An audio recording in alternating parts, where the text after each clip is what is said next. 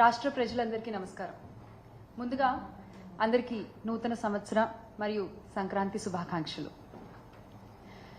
ఈ 2025వ సంవత్సరంలో ఈ ప్రెస్ మీట్ని ఒక చిన్న కథతో మొదలు పెడదాం. మనం ఒక పేదవాడు ఎముకలు కొరికే చలిలో వణుకుతూ ఉన్నాడు. అది చూసిన ఒక పెద్ద మనిషి, అలా వణుకుతూ ఎంతసేపు ఉంటావు, ఆగాగాగు, నేను లోపలికి వెళ్ళి నీకు చక్కగా వెచ్చటి రగ్గు తీసుకొచ్చిస్తాను, అది కప్పుకున్నావంటే చాలా బాగుంటుంది ఈ చలిలో నీకు అని చెప్తాడు. చెప్పి ఆ పెద్ద మనిషి పాటికి ఆ పెద్ద మనిషి వెళ్ళిపోతాడు.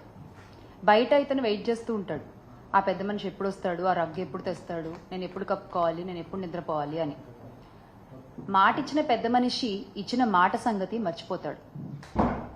మరుసటి రోజు ఉదయం ఆ మనిషికి ఆ మాట గుర్తొచ్చి బయటకు వచ్చి చూస్తే అప్పటికి ఆ పేదవాడు చనిపోయి ఉంటాడు.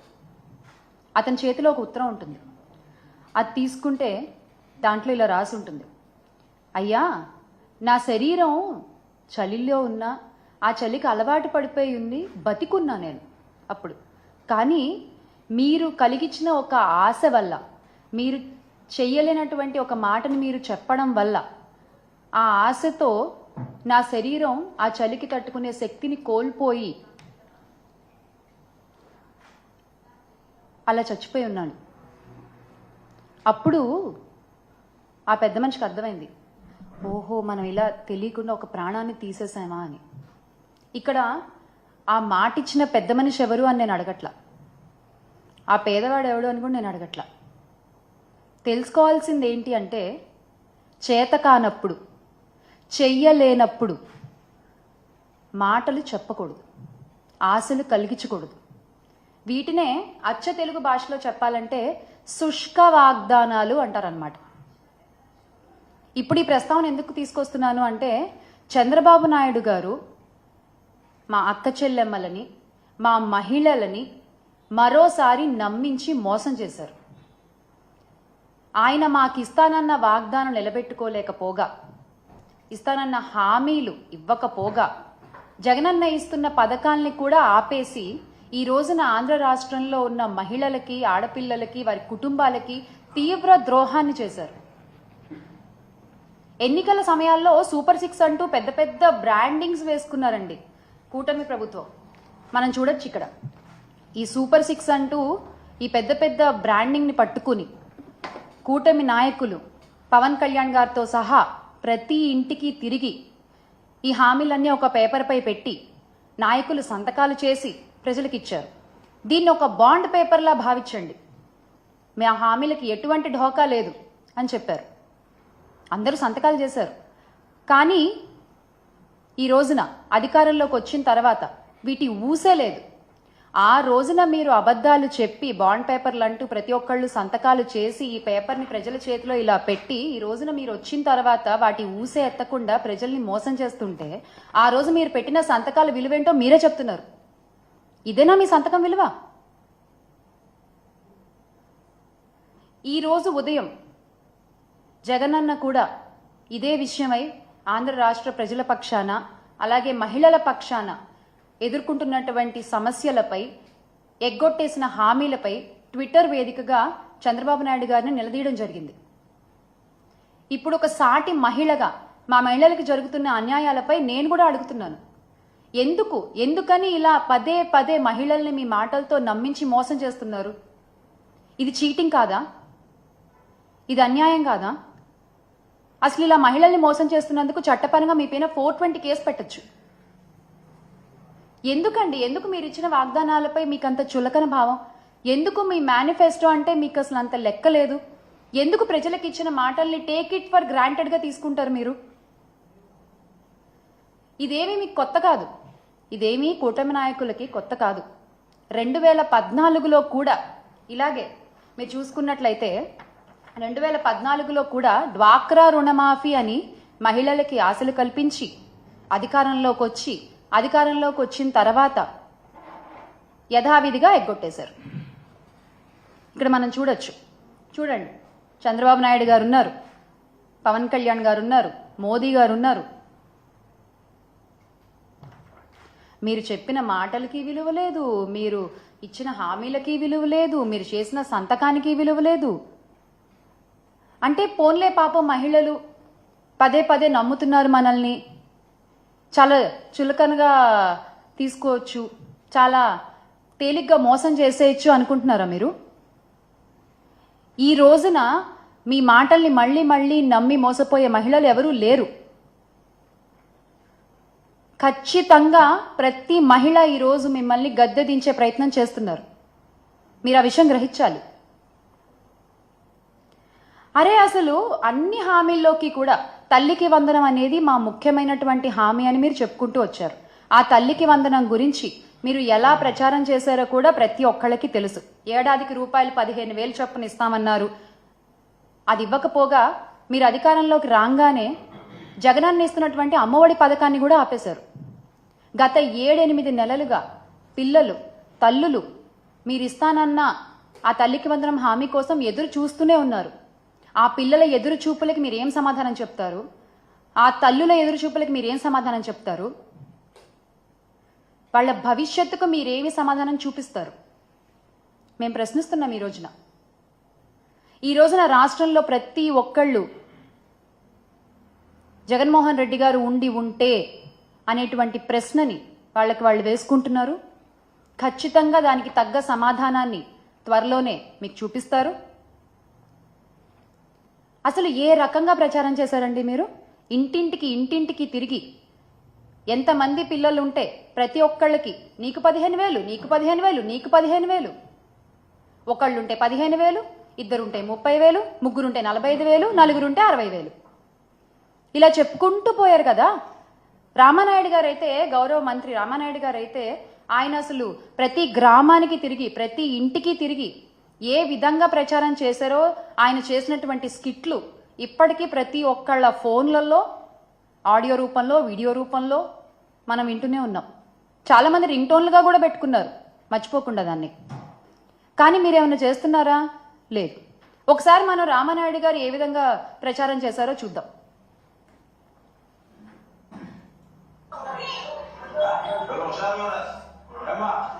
మళ్ళీ మన ప్రభుత్వం వచ్చాక అందరికీ కూడా మీరు 15,000, మీరు 15,000, మీరు 15,000, మీరు 15,000, మీరు 15,000, మీకు 15,000, మీరు 18,000, మళ్ళీ చెప్తున్నాను రాసి పెట్టుకోండి.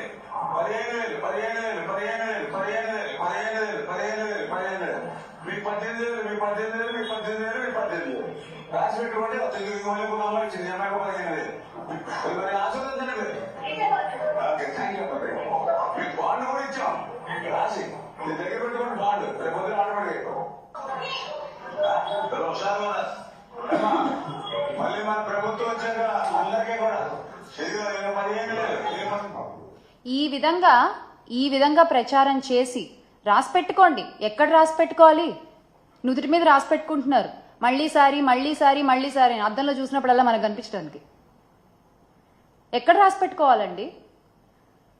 తల్లికి వందనం అనుకుంటూ, అమ్మా వందనం అనుకుంటూ, అయ్యా వందనం అనుకుంటూ పొర్లు దండాలు పెట్టుకుంటూ తిరిగారు కదా వీధి. ఈ రోజున ఏమైంది అది?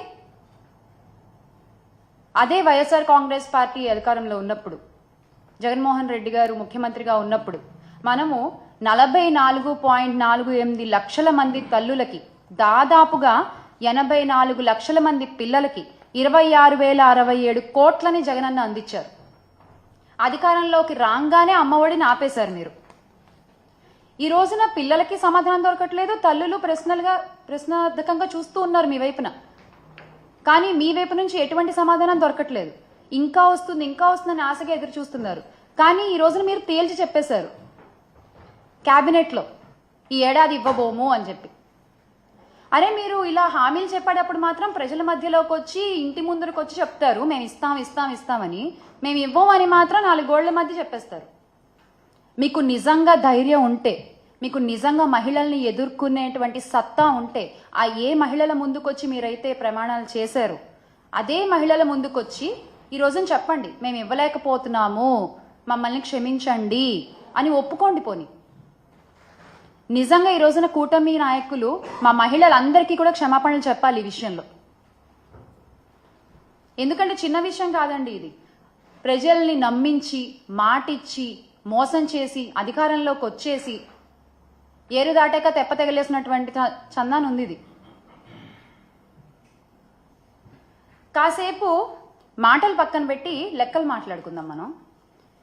ఎందుకంటే ఆడబిడ్డ నిధి అని మీరు చెప్పినటువంటి 18 ఏళ్ళు నిండిన ప్రతి మహిళకి నెలకి 1500 అని చెప్పారు మీరు. 18 ఏళ్ళు నిండిన వాళ్ళు దాదాపుగా 2.7 కోట్ల మంది ఉన్నారు మన రాష్ట్రంలో. ఈ 2.7 కోట్ల మందికి మీరిస్తానన్న లెక్కే 1500 చొప్పున, ఏడాదికి 18,000 చొప్పున, మొత్తం 37,313 కోట్లు. ఇది ఒక లెక్క. తల్లికి వందనం దగ్గరికి వస్తే మొత్తం 83 లక్షలు, అంటే నెంబర్ ఆఫ్ స్కూల్కి వెళ్ళేటువంటి పిల్లలు 83 లక్షల మంది ఉన్నారు. అలాగే ఒక స్టూడెంట్కి 15,000 అన్నారు, మీరే అన్నారు, నేనేమనట్ల, 15,000 అని మీరే అన్నారు. ఆ లెక్కన మొత్తం 12,450 కోట్లు. ఇక మీరు ఇస్తానన్న దీపం పథకం, బాబాయ్ అసలు దీని గురించి అయితే ఖచ్చితంగా మాట్లాడుకోవాలి మనం. ఈ దీపం పథకం కింద అసలు మొత్తం ఎల్పిజి గ్యాస్ కనెక్షన్ ఉన్న వాళ్ళు మన రాష్ట్రంలో 1,54,47,061 మంది. ఓకే, మీరు ఇస్తానన్నది 3 సిలిండర్లు ఏడాదికి. ఒక సిలిండర్కి ఎంత అన్నారు? 1000 రూపాయలు అన్నారు, అవునా? ఆ లెక్కన సంవత్సరానికి 3,000 అయింది. అప్పుడు ఇంతమందికి 1,54,47,061 మందికి ఎంత అవుతోందండి సంవత్సరానికి ఈ దీపం పథకం కింద? 4,115 కోట్లు కావాలి. 4,115 కోట్లు. కానీ మీరు ప్రవేశపెట్టింది 800 చిల్లర. అంటే మీరు ఒక్కొక్కటే ఇద్దామనుకున్నారా? ఎగ్గొట్టేస్తామని తెలిసే మీరు ఇలాంటి హామీలు ఇస్తూ ఉంటారా? ఏం అడగరులే, ఏం పట్టించుకోరులే అని చెప్పి. అలాగే బస్సు ప్రయాణాల గురించి కూడా చెప్పుకోవాలి మనం ఇక్కడ. ఉచిత బస్సు మా మహిళలందరికీ, ఆహా ఎంత సంబరపడ్డారో ఆ రోజున. ఉచిత బస్సు మహిళలందరికీ చక్కగా ఫ్రీగా ఎక్కేసి అటు ఇటు మనకి ఎటు కావాలంటే వెళ్ళొచ్చు అనుకున్నారు. కానీ అది కాస్త దసరా అన్నారు, అదైపోయింది. తర్వాత దీపావళి అన్నారు, అదైపోయింది. ఆ తర్వాత నూతన సంవత్సరానికి అన్నారు, అదైపోయింది. సంక్రాంతి కూడా వచ్చేస్తోంది. ఇప్పుడేమో మీరు ఏప్రిల్ నుంచి అంటున్నారు మళ్ళీ. ఎందుకు అంటే ఒక ఉచిత బస్సు హామీని అమలు చేయడంలో ఇన్ని వాయిదాలు ఎందుకు? మా మహిళలకు ఇచ్చిన మాటని ఇన్నిసార్లు ఎందుకు పక్కకు జరుపుకుంటూ వస్తున్నారు? ఎందుకు పక్కన పెట్టేస్తూ వస్తున్నారు? మహిళలనే కాదు, మహిళలు, రైతులు, విద్యార్థులు, నిరుద్యోగులు ఏ ఒక్క హామీ నెరవేర్చారండి? ఏ ఒక్క హామీ నెరవేర్చారు మీరు? నారా లోకేష్ గారు తీసుకుంటే టైం రాసి పెట్టుకోండి, డేట్ రాసి పెట్టుకోండి. 2025 మేము జాబ్ క్యాలెండర్ రిలీజ్ చేస్తున్నాం. లోకేష్ గారు టైం రాసి పెట్టుకున్నాము, డేట్ రాసి పెట్టుకున్నాము. ఎక్కడ సార్? గౌరవ విద్యాశాఖ మంత్రి గారు ఎక్కడ జాబ్ క్యాలెండర్? ఒకసారి ఆ వీడియో కూడా చూద్దాం.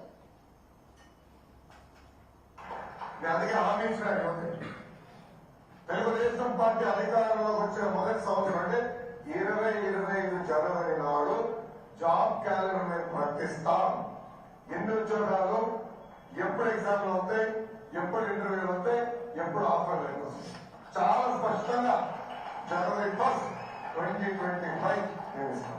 సో ప్రభుత్వ ఉద్యోగాలు ప్రతి సంవత్సరం జాబ్ క్యాలెండర్ మేము ప్రకటిస్తాం.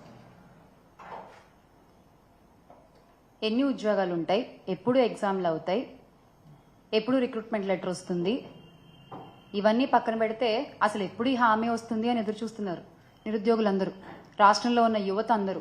యువగళం అంటూ నిరుద్యోగ భృతి 3,000 అంటూ మీరు చేసిన ప్రచారం ఎంతమంది యువతలో ఆశలు రేకెత్తించిందండి? ఈ రోజున ఆశలన్నీ నీరుగారిపోతున్నాయి. అలాగే మహిళా సంక్షేమం గురించి మీరు చెప్పినటువంటి మాటలు అసలు 1 కాదు 2 కాదు నిజంగా. అంటే ఇన్ని మాటలు చెప్పొచ్చా? ఇంతలా నమ్మించొచ్చా? ఇంతలా షుగర్ కోటింగ్ వర్డ్స్ అంటారు. అలా చెప్పారు మీరు. అసలు నిజంగా ఏం చెప్పారండి? స్వయం సహాయక సంఘాలకు వడ్డీ లేని రుణాలు 3 లక్షల నుండి 10 లక్షల వరకు పెంచుతాము అని చెప్పారు. అది లేదు. ప్రత్యేక పథకం P4 మోడల్ మహిళలను ఆర్థికంగా బలోపేతం చేయడానికి చర్యలు, అది లేదు. అంగన్వాడీ కార్యకర్తలు లేదు. వాలంటీర్లకి న్యాయం చేస్తామన్నారు, అది లేదు. పండగ కానుకలు అన్నారు, పెళ్లి కానుకలు అన్నారు. పండగలు లేవు, పెళ్లిళ్ళు లేవు. ఒకటే పండగ, ఒకటే పెళ్లి. ఇచ్చిన హామీలు ఎగ్గొట్టేయడం, అంతే కదా? ప్రజలేమో రోజు రోజుకి అన్యాయం అయిపోతూ ఉన్నారు. మహిళలకు ఇచ్చిన మాటలు గాల్లో కలిసిపోతూ ఉన్నాయి. మీ హామీలకి రెక్కలొచ్చి ఎగిరిపోతూ ఉన్నాయి. మీరు మాత్రం సంపద సృష్టి అని మాట్లాడుతూ ఉండండి. ఇన్నాళ్ళు సంపద సృష్టి అంటే రాష్ట్రానికి ఏమో అనుకుని పొరబడ్డాం మేము.